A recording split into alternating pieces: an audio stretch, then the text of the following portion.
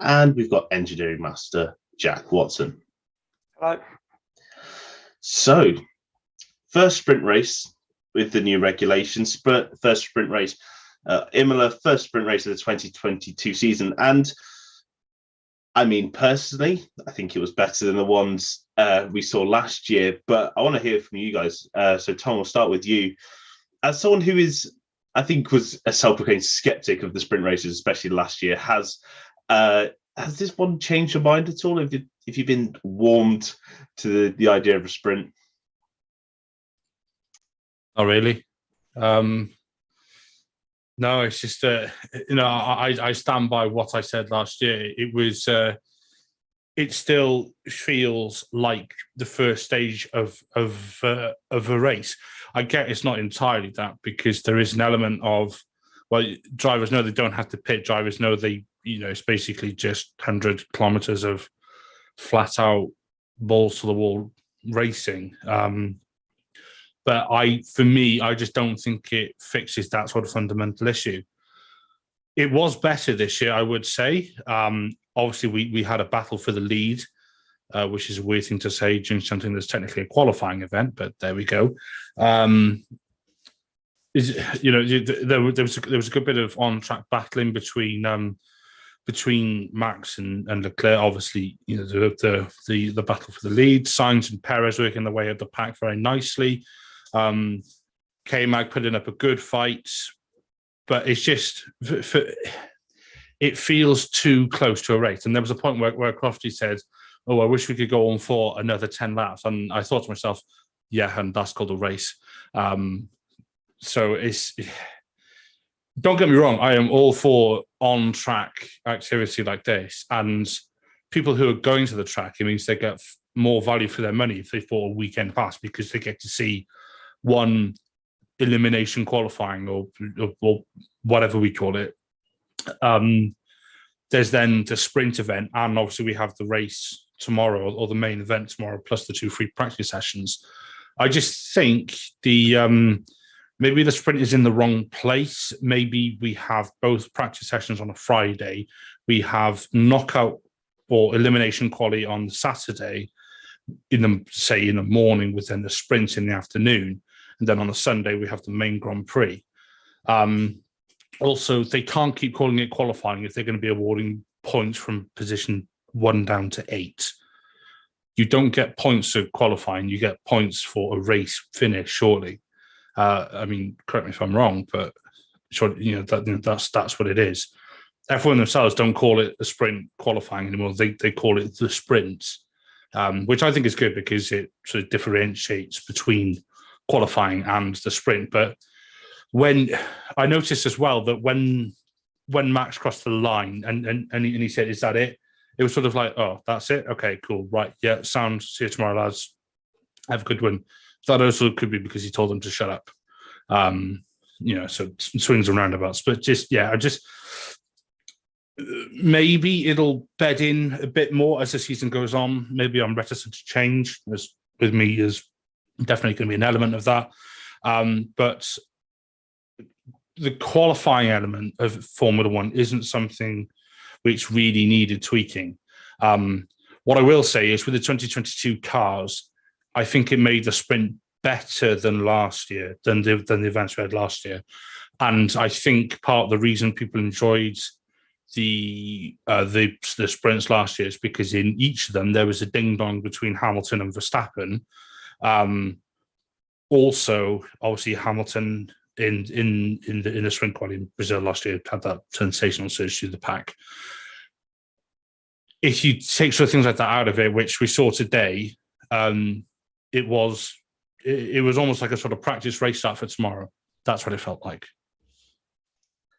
Yeah, I mean, I get what you mean, but you did touch on a point there, which I was going to ask you about, Jack. The fact is, Imola, there's only really one overtaking zone, and that is down into Tamburello.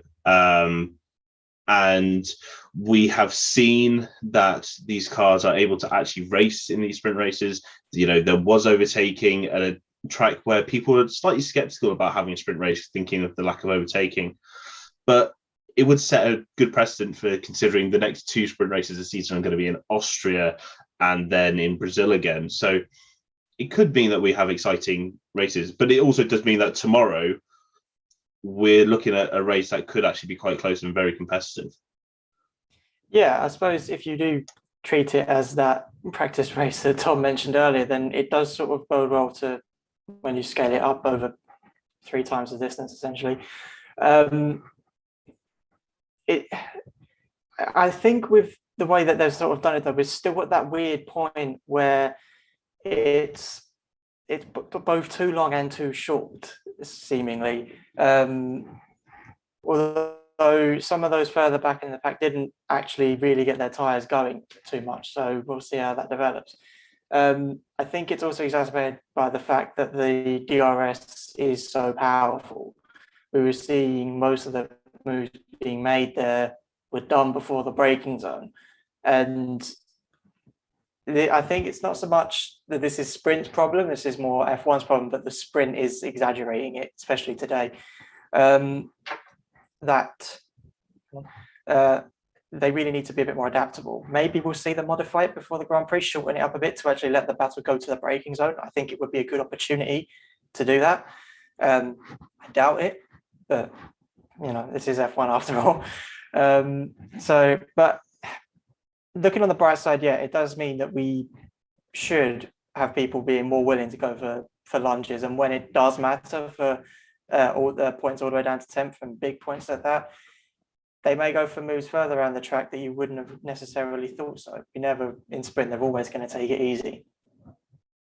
Yeah, of course, you only have the 1 DRS zone at Imola, so I think they tried to make it as powerful as 2, maybe, because there was some, incredibly quick cars, especially when you're on board with either the Ferraris or the Red Bulls, especially when they were overtaking the McLarens.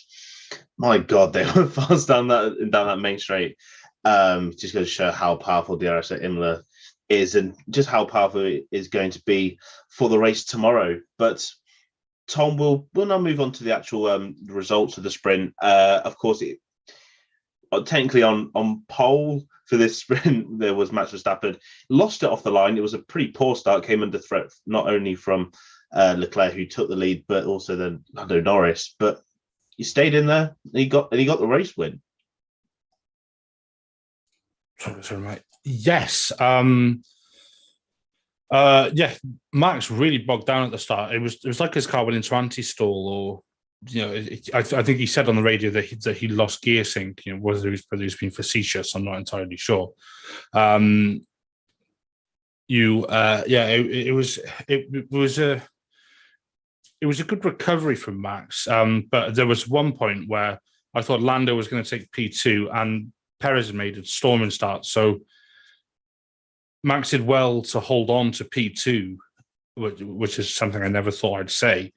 And then Leclerc got a sensational launch, as did everyone else around Max. So he almost got swallowed up, but he kept his foot in it. And this is a different side that we're beginning to see of Max, where he wasn't straight away just like, oh yeah, let me at him. He was biding his time, and he was just beginning to close up the gap towards the end, and then he gently put the pressure on Leclerc, who then got a bit of graining on his front right. That gave Max all the ammo he needed, and then he took him with was it the last but one lap? I think he overtook him. I thought he was going to leave it until the last lap, to be honest. Mainly because he didn't want to give Leclerc DRS behind him. But then as soon as he was past him, he was way off into the distance. So that didn't even matter at the end. But yeah, it was a good overtake. It was a ballsy overtake. We saw how powerful DRS was. We especially saw how powerful it was for the Red Bulls. They absolutely flew down that straight when they had DRS. Leclerc didn't make it easy. He didn't just roll over and say, "Yeah, come on, sir, come through." He was proper. Like, if you're in this position, you have to fight for it. But Max basically forced him to commit to one side, went the other way, and then just did. I was going to say Danny Rick phrase, and I was going to say he licked the stamp and sent it, which is exactly what he did. And then he just brought it home, and his car didn't blow up. I think that's what Red Bull would consider an improvement, especially given last weekend. But Jack, P2 for Charles Leclerc, of course, the space started for the sprint, still very much within it. But I think Ferrari are going to be concerned with their tyres, given that was ultimately what let them down. Leclerc looked like he was cruising, keeping a nice steady gap to Verstappen for a lot of the race. And then suddenly his front started degrading, and then Max was able to catch up, overtake, and win by, I think, just over 2 seconds. Yeah, he said seems to be saying that it was graining badly. It's sort of that, again, why it's that distance. You don't have to stop. You don't want to stop. So you'll take the softs for as long as they can go. Seemed like it was all going to go well, didn't it, off the start? It's just a shame how quiet the circuit got afterwards. But yeah, no, it's the difference is, I believe, I'm not 100% on this, but I believe this is the first time we'd see a soft tyre run in the race. Is that correct? I'm pretty sure the last 3 we've mainly been using medium and hard for the full race distance. So I'm not too sure if they'll still move over to that, or if they will stick with the softs. If that is the case, then it could be Ferrari in trouble, but they've got more time to play out on the medium tyre. That may just do start on the softs while the track's still rubbering in, and then do the legwork on the mediums, assuming they do need to use the softer compounds. It's, I mean, to be honest, like, given the history that they've had in this season, it's silly to rule them out. It's not like they won't be fighting there. And we've seen some masterful performances from Leclerc even in this short time of the season so far. So I reckon it'll be a fun one tomorrow. Well, I think we all certainly hope so. The last thing we really want is a boring race around Imola, but I think given today's racing, it could be close. And Tom, something that could also maybe play slightly against Ferrari tomorrow is the fact that Perez managed to recover all the way up to P3, and I believe set the fastest lap of the sprint as well. Someone may have to double check that for me, but I believe that is the case. So yeah, impressive drive from Perez. Again, he didn't seem to be having any real tyre issues as well. So he could be right in the mix for tomorrow, and it's, you know, it really is all to play for between Ferrari and Red Bull. Yeah, Perez had a storming day at the office. And I think he's one of the drivers who benefits or suits a sprint event more, because we've seen that he's not always the best in qualifying. Although, interestingly, Imola is the one of only, I think, 2 places or 3 places in the past where he's actually out-qualified Max, where he qualified here P2 last year in traditional quali. But yeah, he had a storming drive through the grids. You know, he was making moves. You know, he was going around people. He actually yeeted past Magnussen with the help of DRS. Yeah, and did exactly what Red Bull need that sort of second gunner to do. He was right up there. He wasn't that far off the back of Leclerc by the end of it. And if it would have been 10, 15 laps longer, we'd have probably been looking at a Red Bull 1-2, I'd say. But yeah, you know, he had a really, really, really good drive today. He's put himself right where, like I said, right where Red Bull need him to be. Sorry, I malfunctioned then. Bit like a Red Bull engine. And yeah, he's given the team what they need, in the sense that they've got 2 cars at the front,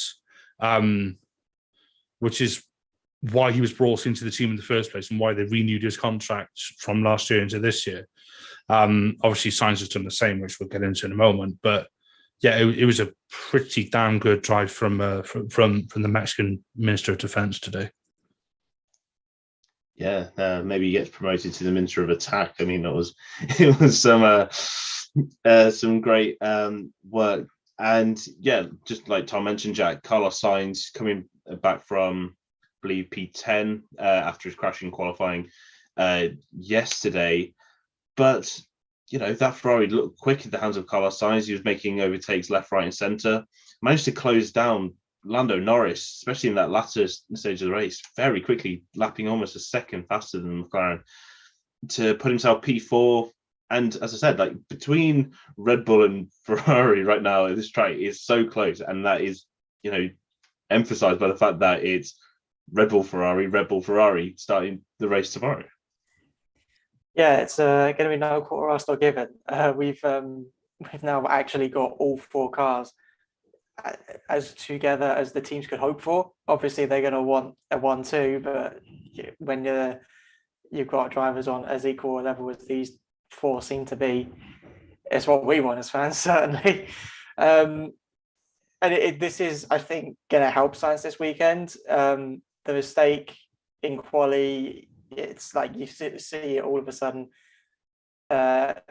even on the back of fresh signings, like it's just another mistake from Sainz, trying to over push, trying to prove he can be that number 1. Ferrari, very crucial time for him to put a little bit in that team. I'm sorry to do this, chat. Do you mind repeating everything you just said? Yeah, I should have seen that coming. Okay, so no, this is important. This is crucial for Sainz. This is his opportunity to prove that he can now head up that team after another mistake in quali, as we saw many people say. There was a very strong recovery drive, especially in such a short window of time. So, yeah, before Ferrari start picking and choosing whether or not they will just main Leclerc, now Sainz needs to get in and prove that he can take ownership of that team. He can control things when he needs to. If he can finish right on, even if it's just right on Leclerc's gearbox, that'll be a very good representation of himself to the team. Yeah, I mean, there's been a lot of rumours and a lot of speculation around Sainz, even though he has just signed a new contract with Ferrari, which is, of course, going to do him a lot of good. It shows that the team have faith in him. But now he's in the car, that can win a race, can even win a championship. And he's making mistakes, he's making errors, he's not helping the team out in regards to the Constructors' Championship. So, yeah, I mean, big pressure on Sainz, but, that recovery drive is going to do his confidence a world of good, and knows that he can push on for tomorrow. So, Tom, 5th place, Lando Norris. I mean, 5th for McLaren, given the start of the season, is not going to be their worst nightmare. Of course, Norris did start 3rd, but realistically, given the cars that were going to come from behind, like Perez, like Sainz, it was unlikely they're going to hold it. So P5 is still respectable in that sort of sense. Yeah, I mean, to be honest, I think that's probably about as far as McLaren realistically we're going to be expecting to get. I mean, I think it's safe to say that Lando always knew that he was going to drop back out of 3rd, barring a sort of crash or something in front of him. But no, he was. Given the struggles McLaren have had at the start of this season, I think that was as good as it was it was as good as it was always going to get for them. And for him to sort of hold on isn't the right word, because he was never really a threat from whoever even was P7 K-Mag, I think. He was never really going to get overtaken by those who were behind him. And Perez and Sainz, you could be fairly certain that they were going to make a move past him regardless. It's it's a good day at the office for McLaren. It's nice to see them both. They're both into Q3. They both had good Friday qualifyings, and they both did well today. It's nice to see them closer towards the front. I hope this is a sign that they're beginning to get on top of the issues that they had. And I want to emphasise, it's nice to see both McLaren's right up there. I think, if anything, Danny Rick looked stronger than Lando Norris today. He was, but Lando, damage limitation isn't the right word, but you you hopefully people listening know what I mean when I say that this is the best that they could have really got, because they're not realistically going to be fighting with Ferrari or Red Bull, certainly not yet.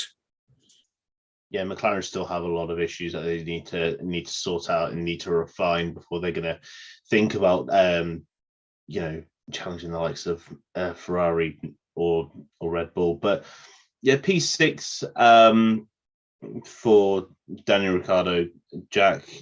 It was getting a bit dicey with Magnussen and Perez at the start, but he got the move done on Perez eventually, using his soft tires to his advantage, and pretty much just cruised them to P6. I mean, it's a good enough result, as Tom's already mentioned. It's just, this is where we'd expect the McLaren to be. The third best car on the grid, arguably. So, yeah, I mean, they're not going to be too disappointed. No. I mean, this is their opportunity to start getting on top of their supplier, isn't it, really? While Mercedes is still struggling, they've now got a chance to make a gap. And, I mean, look, if McLaren wound up finishing up this season in P3, I can't say they'd be too disappointed. It's where they finished last time. So, especially given how it started. So, if they can keep up that momentum, I mean, that would really work out for them. It's great to see Ricciardo now on Lando's pace. After a couple of torrid years, he's finally getting a bit more consistent in bringing in those points finishes, up top 5, middling performances when the car allows him. Pretty much. I mean, he sort of echoed Lando's sorts of, this is as good as we could hope for, because when the Ferraris and Red Bulls are plastered past you at that pace, you kind of know where you're at. But it's still best of the rest. Just keep plugging at it, and hopefully we'll see some upgrades coming in. Yeah, I mean, McLaren will be grateful for the points. There's 7 more points that they're taking off Mercedes, who of course didn't score any today. And Lando is now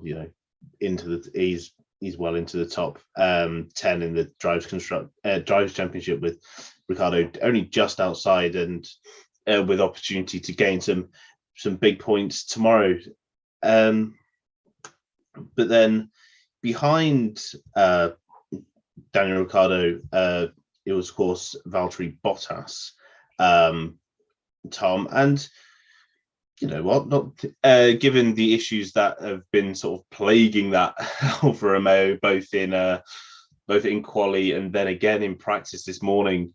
I mean, P7 is a nice result. Couple of points in the bag for Alfa Romeo as well, and probably quite a happy Finn at the wheel. Yeah, Bottas sort of just went about his business today. He had a good day at the office.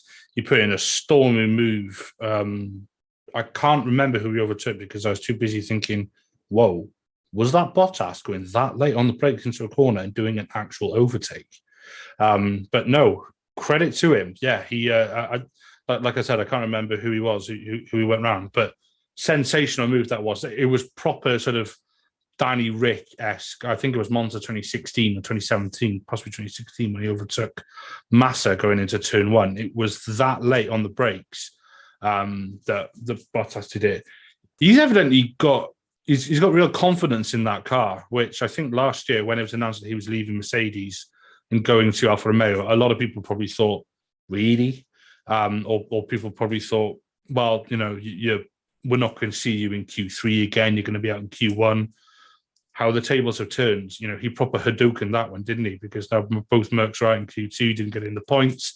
And he's out in Q3, sipping a beer, saying traditions. So, so he's having a good run at the minute, Bottas. Maybe it's because he knows he's got a multi-year deal, because obviously he never had that at Mercedes. That would have been playing on his mind. But he just looks confident, looks happy, looks relaxed. He's putting in some good moves today. Especially given his teammate obviously unfortunately crashed out at the start of the race with after that incident with Gasly. He did well to bring home some points to the team, secured a good starting position for tomorrow. yeah, he just all round, just a good day for him. Yeah, very, very solid. Same may not be said for the the driver in P8, Kevin Magnussen. Gambled on the medium tyres, knew that there'd be a slow initially, and probably Haas were hoping that those tyres would have come to him towards the end of the race. Didn't really play out that well that way. He managed to keep Fernando Alonso behind for well the entire sprint, but from there, I think maybe Haas will be regretting the decision slightly, and maybe hoping that they put Magnussen on those soft tyres. Yeah, I think they were banking on the soft cars around them suffering a lot more from deg, maybe more towards what we saw with the front four, but further in the midfield, it just didn't really seem to bite into the those on the softs. Bit of a slap on the wrist for Magnussen, same as some of that old school uber aggression coming in, a little bit of weaving, though I can kind of see why they didn't take it further, because it was probably tyre weaving, and Perez just sort of, the way he was trying to work out which side to commit to into the second chicane sort of exacerbates it. But I mean, Haas have been openly admitting that they were much more preferring the cold, wet conditions of Friday. And now that we had pure dry running, it's not so much played to their car. The balance was a bit off. But it's still a point, but it's still a point in a Haas. I mean, I don't know about anyone else, but I'm still somewhat getting used to that, which is great. It's great to see that they are able to fight with these well-established top-ish runners. Now they just need to dispel this whole white Ferrari myth that's been being flung around now. But look, it's still a great position. If some weather checking that I just done as well is to prove to be correct, Sunday could fall in love, because I thought it was going to be dry, and it's now not looking so certain. So they could be doing a bit of a rain dance tonight. Just about got that. But yeah, like the chance of rain tomorrow could really throw a curveball into this, and yeah, who knows what will happen. But I mean, given how much the grid struggled yesterday in those wet conditions, ironically into Acqua Minerale, yeah, it could be a testing race if some rainfall does decide to fall. And we have seen wet races in the past at Imola, especially in the last couple of years, and they've always been quite tasty. So, Tom, the first of the non-point scorers in the sprint, Fernando Alonso P9, started P5, didn't really seem to have the pace, as like sort of, well, he didn't get a great start to begin with, and then he, Bottas, Sainz, Perez, they all then so just found their way past, and and then just could never find a way past Magnussen. I'm sure you're probably one frustrated Spaniard by the end of that sprint. Yeah, bit disappointing for Alonso. I think he was always going to lose places to Sainz and Perez coming through, but he was. I'd like to have seen a bit more from him today. Maybe a bit more aggression, or a bit more, just almost a bit more fight. It was like he'd almost have given up before it had even really started. But I don't know. He was. It just wasn't quite his day today. But he, he's still starting in the top 10 tomorrow. Not that sort of really means anything anymore. I do wonder about the reliability, because Ocon has had gearbox issues already, and Alonso not bogged down, but he didn't even get moving initially on the formation lap. And then he eventually got going, and I doubt it was him not pulling the clutch pedal in all the way, given he started the enormous number of F1 races. So hopefully it's not something terminal. whatever it was. We didn't see it rear its head today during the actual sprint, but I don't know. It's just given what Alonso is capable of, it's a shame that we didn't see more from him today.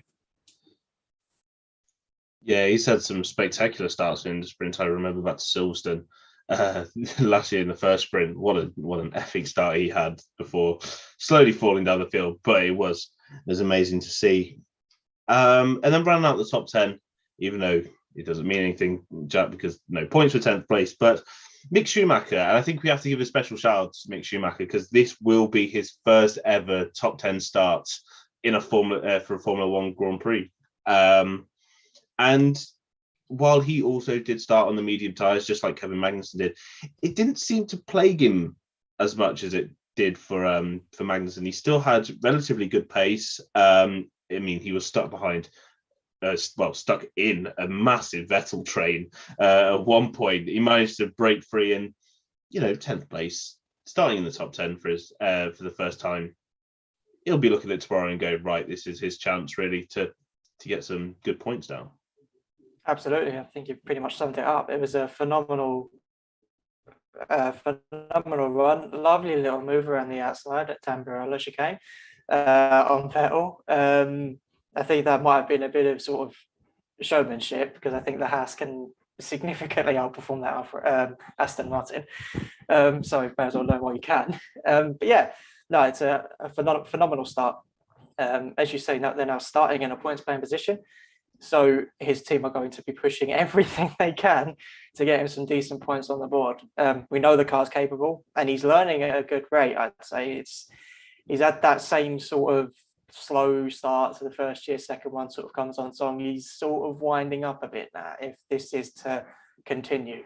So, great run, great start, and he has got good reason to keep his hopes up for the main race, for the feature race. Yeah, he definitely will be. I thought for some reason I had it in my head that he already scored points this season, but I've just checked and I saw he's on none. And I was like, oh no, I really do hope that he is gets points. But now we're going to move on to the second half of the grid, Tom. And let's face it, they got absolutely no TV coverage throughout that because the top 10 was quite a battle. So there's not really going to be much that we can say really because we didn't really see anything. But P11. George Russell, and we may as well rope in Lewis Hamilton along with him because qualifying yesterday wasn't good for Mercedes at all. We may have expected them to come through the field a little bit better, but both of them got poor starts and then they just got stuck in a train and just left with nowhere to go.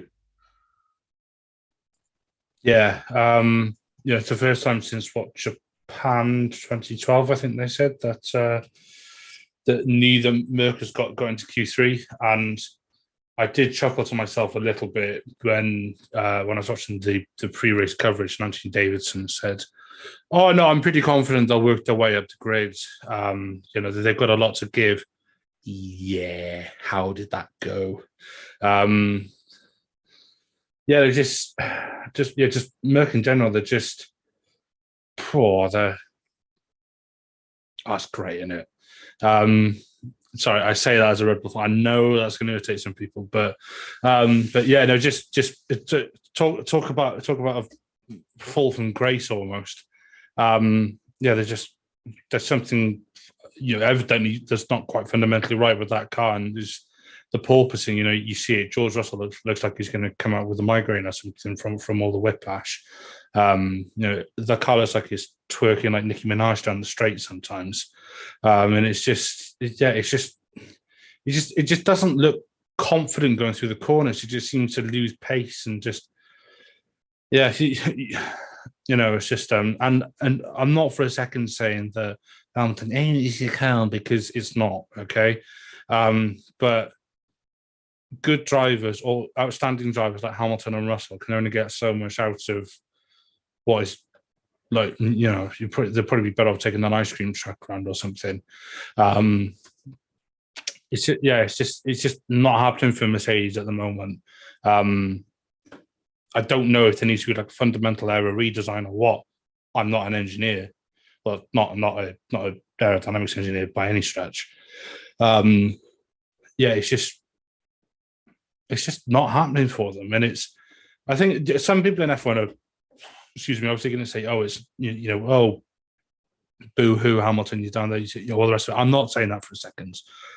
What I am saying is it's nice to see change at the top, because we've had so many years of Mercedes dominance. What I don't want to see is Ferrari or Red Bull now have the same kind of run that Mercedes have had.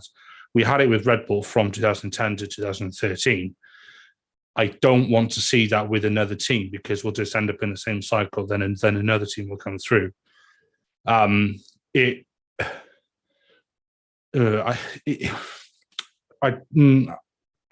don't want to say it's a shame that Mercedes are down there, because I'm sure we'd all like to see everybody on a sort of even keel. But if you want to watch that, you go and watch the Spec Series, you go and watch F2 or something, because F1 is as much about the cars as it is about the drivers.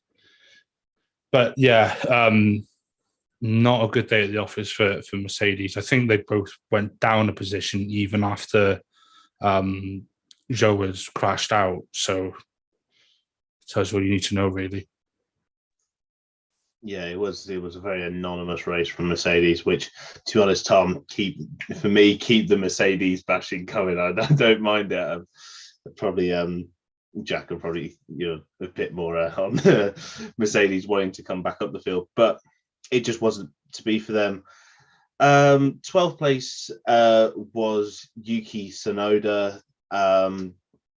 AlphaTauri have not looked great. They were both out in Q1 yesterday. So 12th is a fairly decent recovery from Yuki. But Gasly in P17 got involved in that incident with Zhou Guanyu at the very start, and then could only find his way past the Williams from there. It still leaves a lot to be done for the local team this weekend. Yeah, not what they want in front of their home crowd. Tsunoda, a bit more. I think he might deserve a bit more praise. He did make up 4 spots, and I believe he was already ahead of Zhou. I think.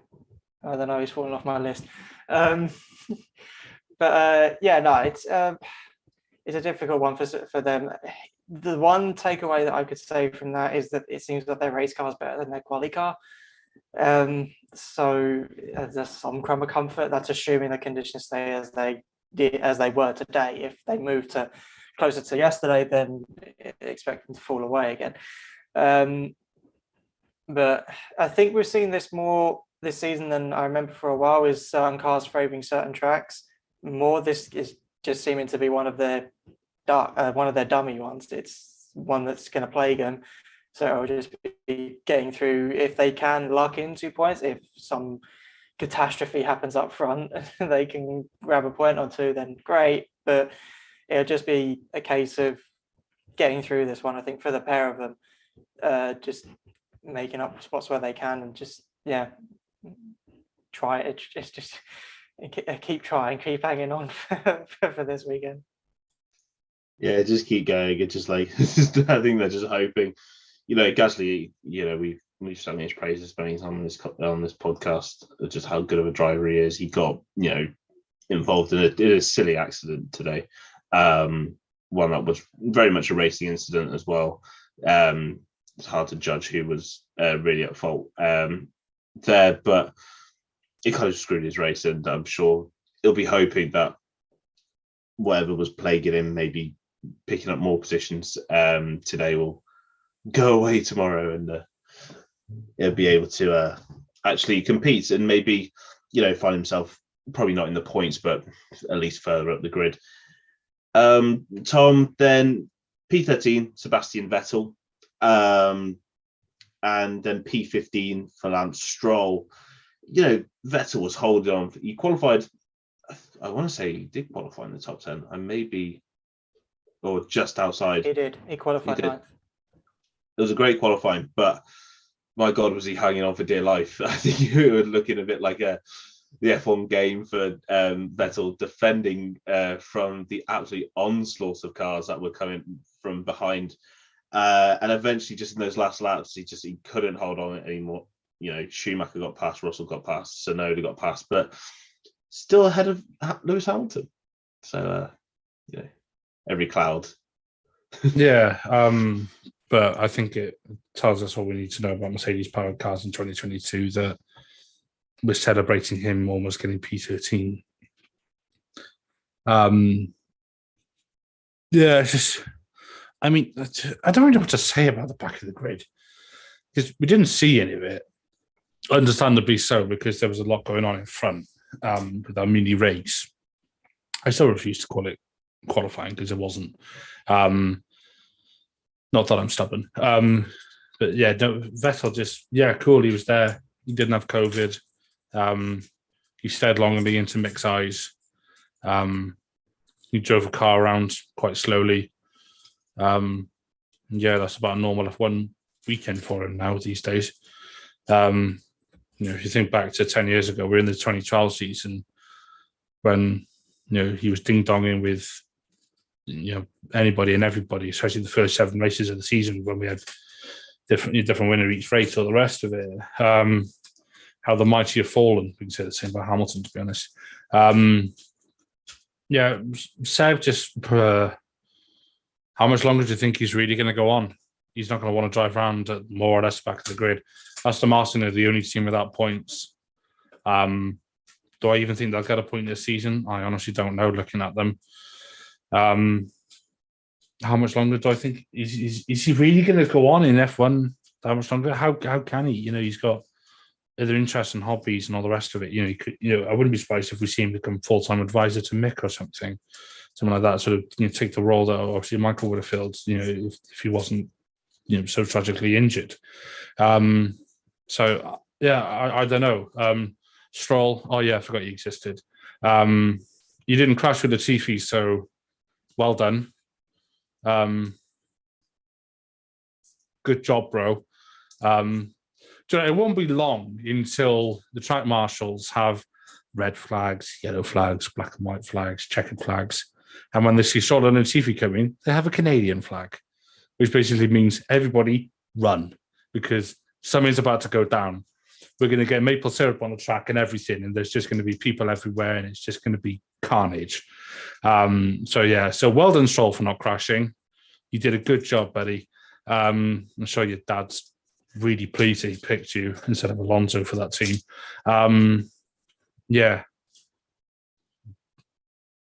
Don't know what else to say. Someone clip that. It's fine. It's fine. I mean, I'm sure the Aston Martin finance department will be incredibly happy so far with what Vettel and Stroll have been doing. No incidents thus far this weekend, and I think they're all looking good under under the cost cap. But yeah, there really is not much to talk about in the back period. We got behind that Lewis Hamilton 14th, got a poor start, couldn't make his way back. I assume he'll be able to probably gain more positions tomorrow. I think that's where we're going to really see Mercedes shine.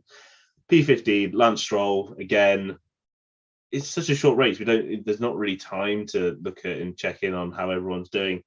16th, Esteban Ocon. He was recovering after gearbox issues forced him out of qualifying. Gasly P17, we've already mentioned, with him having his collision with Zhou Guanyu. And then Jack, I guess we just talk about the two Williams at the back, who seem to be getting less and less blue as this weekend goes on. Of course, they were a bit more blue yesterday, but they've taken a bit more paint off that car to save some weight, but doesn't seem to really be doing them much good. 18th, 19th, it's where we expect them to be tomorrow. Yeah, unfortunately, the Williams rejuvenation hasn't happened, has it? It's very sad to see, but it's what it is. So they're just going to probably become the new Haas. It's just running around and take the wind tunnel time at the end of the year. There's not much to say. They swapped places as far as I can tell, and Albon gained a freebie from Zhou. So yeah, that's kind of it. Everyone else just sorted off up the road, didn't they? I don't know if they got stuck in Vettel's DRS train early on, or if they were just I think from the times it was like Ocon who was making up the back of the of the train. I don't think they were even involved from it. So they were just there. They were just there. Okay, well, you did what they'd all be worried about in the sprint race. They just stayed out of trouble, kept their noses clean for once for the TV, and yeah, they didn't cost themselves any more money, so that's good. Well, not today. Albon did yesterday when his brakes went Hadouken and just. I have no idea what happened to them, to be honest. I've read some things, but I'm not sure whether it was true. Some people have said that there was stuff left in them. That just went kabam, but God only knows what happened. It was some explosion, and I think Albon would have been a bit hesitant maybe in practice this morning, going out with those brakes just in case. Then decided to do it again. Honestly, I don't understand how any of these drivers ever go out in the cars again when they have either any sort of brake failure. That would scare me out to death, like going at 200 miles an hour, realizing your brakes are just not going to work. So, yeah, well, we've got through all 20, 19 of the drivers that finished. Of course, Zhou Guanyu retired on the first lap after a bit of a collision, but it's time to move on to the good old predictions. So we'll start with the podium, as always. And Tom, we'll start with you. Who are you seeing on the podium for the Grand Prix tomorrow? In order? Please. Leclerc, Max, and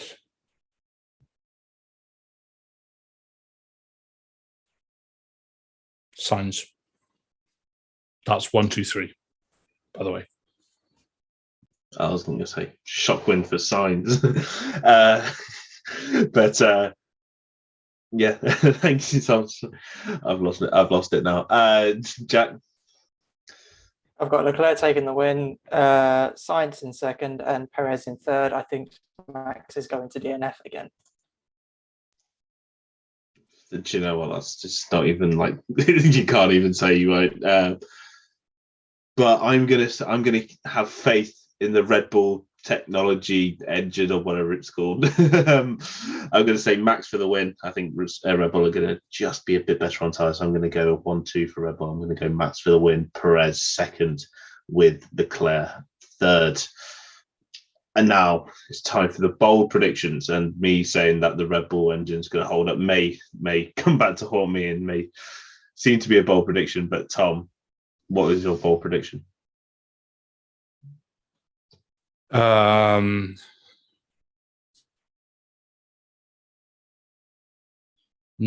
Red Bull engine blows up or has a mechanical issue or an electrical issue. It's brave. That's brave. Have that much faith, Tom. It's almost like godlike amount of faith you have in that Red Bull engine. But Jack, what about yours?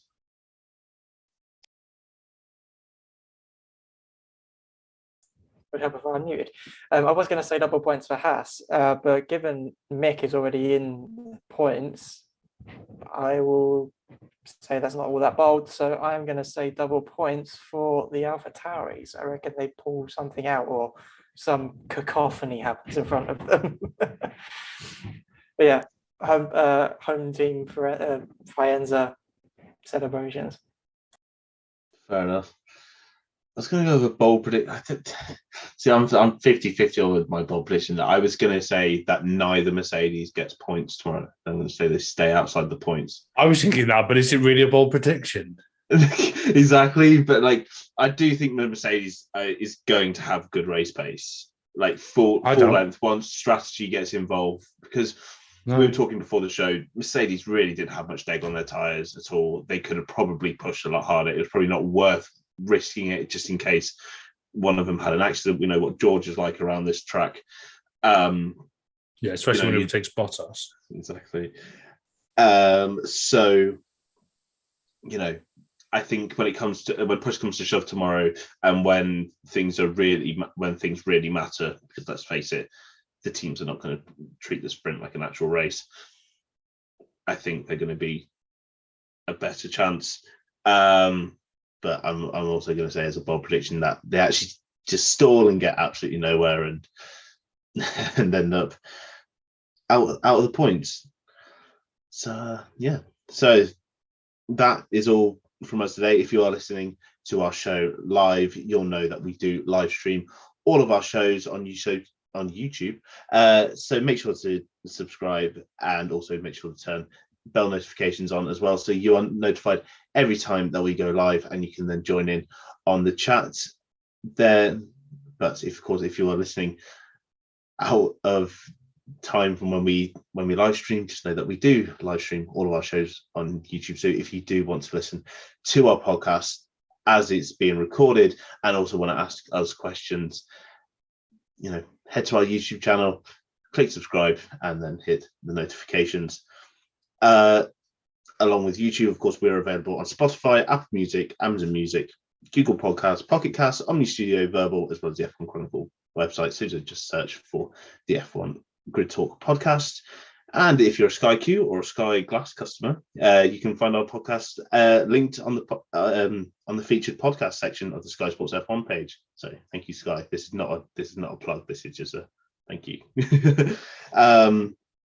And if you're stuck with something to listen to between now and the race tomorrow, we do have a massive back catalogue of shows. So if you're stuck for something, we've got over 180, almost 190 shows for you to go back and listen to, not just race reviews or qualifying reviews, but also more interviews or more documentary style podcasts. Things about Ayrton Senna or the 1994 Benetton conspiracy. So if you've got time, make sure to check them out. If you give us a 5-star review on iTunes, we will also give you a shout out on our next show. So any feedback, of course, is most welcome for our show, but a special shout out for all of you that give us a 5-star rating. We also have a Patreon, so if you'd like to support the podcast and help towards better mic lights and recording equipment for our host, any support is greatly appreciated. And also shout out to our current Patreon here for supporting us at the moment. So finally, plugs. So start with you, Jack. Where can we find more from you? If you, I don't know why, but do want to hear more from my ramblings, then you can find me on Twitter at J_C_Watson, and you need to smooth that out a bit. And I'm also an occasional writer for the Spotlight website, mainly looking at historical regulation changes, like evolution of F1 cars, etc., or upcoming bigger reg changes. I did a brief overview of the 2022 regs when they were first announced, and outside of F1, sports cars, that sort of thing. So you're into that sort of thing, that's where you can find me. Amazing. And Tom? Yeah, so if you want to hear me give more definitely not controversial opinions on Lewis Hamilton or Mercedes or anybody else on the grid, including my boy Max Verstappen, I would like to point out, I will rip into anyone, to be fair, including myself. I'm part of the Everything F1 team, so you can find us across all socials with the handle at JoinEF1. We have Facebook, Twitter, Instagram, we have a Discord server, YouTube channel. Apparently we have TikTok. That's now a thing. I can't say you'll ever find me on there because I'm far too old to be seen hanging around with the youths of today. And also I don't really understand it, but some of our more youthful members of EF1 post some content on there. We have our website, everythingf1.com, where I'm writing more and more articles. And finally, we have our podcast, which is on all your favorite podcasting platforms, which is the Everything F1 podcast. There's usually race review, preview, news, talking points. We pretty regularly have guests. We had Callum Ilott on last week. So that episode is worth a listen. Yeah, that's brilliant. And yeah, if you want to find me on anything, it's probably just best to follow me on Twitter. And I have an equally convoluted @ as Jack, because mine is at L_G_Edwards, just because LG Edwards is already taken. So, you just stick an underscore there. It just makes it somewhat unique. But if you want to listen to my opinions on Formula One, God forbid, or just any any sports in general, that's usually the best place to find me. So we will be back with the race review at 5 p.m. at British Summer Time tomorrow. But firstly, I want to thank my guests for joining me. And until we see you again, stay safe and goodbye.